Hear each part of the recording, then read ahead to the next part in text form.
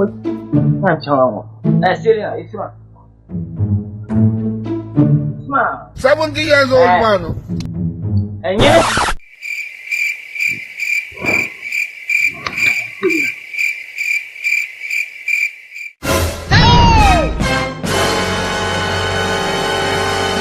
What are you now? You're going. Serena. Serena.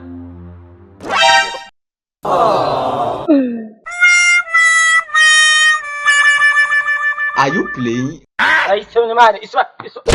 Very beautiful, very beautiful.